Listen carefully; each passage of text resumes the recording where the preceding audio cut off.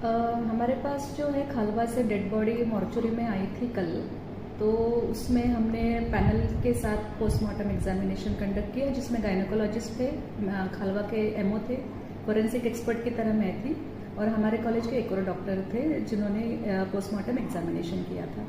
तो उसमें जो है उसके जेनाइटल ऑर्गन्स है, उसमें इंटेस्टाइन्स बाहर आए थे, जिसको हमने मेजर किया था तो काफ़ी मतलब 176 इंचेस से ज़्यादा बाहर आया हुआ था। हमने एग्जामिनेशन किया तो कुछ जेनाइटल ऑर्गन्स पे इंजुरीज है, कुछ एब्डोमेन में इंटेस्टाइन भी टेयर है।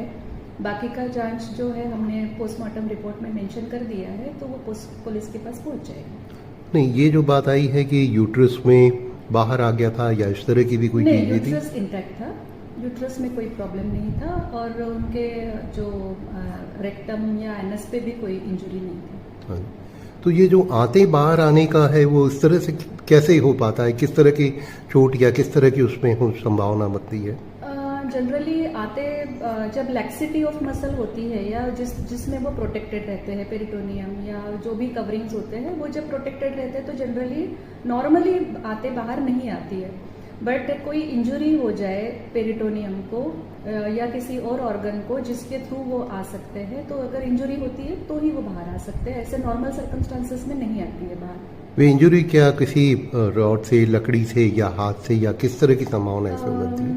वो तो डिपेंड करता है कितने वायलेंट बिहेवियर से जो हुआ है, जो हादसा हुआ है उसमें उनके हाथों से उन्होंने वायलेंट बिहेवियर किया या कोई ऑब्जेक्ट इस्तेमाल किया। वो टेयर्स तो है, इंजरी तो है, वो अभी सर्कमस्टांसेस पुलिस इन्वेस्टिगेट करेंगे तो फिर पता चल जाएगा। आपने कई तरह के इस तरह के जो रेप केसेस हैं वो किए होंगे। हाँ। इस तरह की घटना आपने कभी देखी पहले, या इस तरह का कभी होता है?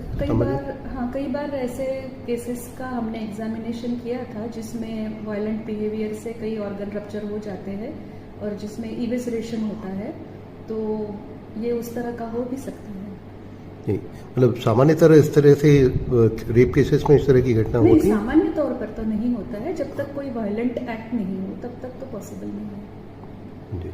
तो कॉज ऑफ डेथ क्या मानते हैं इसमें? कॉज ऑफ डेथ यही है कि वो इतने देर तक जो है उसका इवेसरेशन हुआ, ब्लीडिंग भी होते रही, तो वो ट्रॉमा से गुजरते हुए उसको शायद हाइपोवोलेमिक शॉक की वजह से डेथ हुई।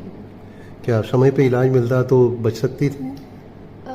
एकदम समय पे मिलना और उतने देर में उतना रिकवर करना, जितना उसका डैमेज हुआ था, जितना ब्लड लॉस हुआ है, उतना खैर अभी जितना एडवांसेस आए हैं मेडिकल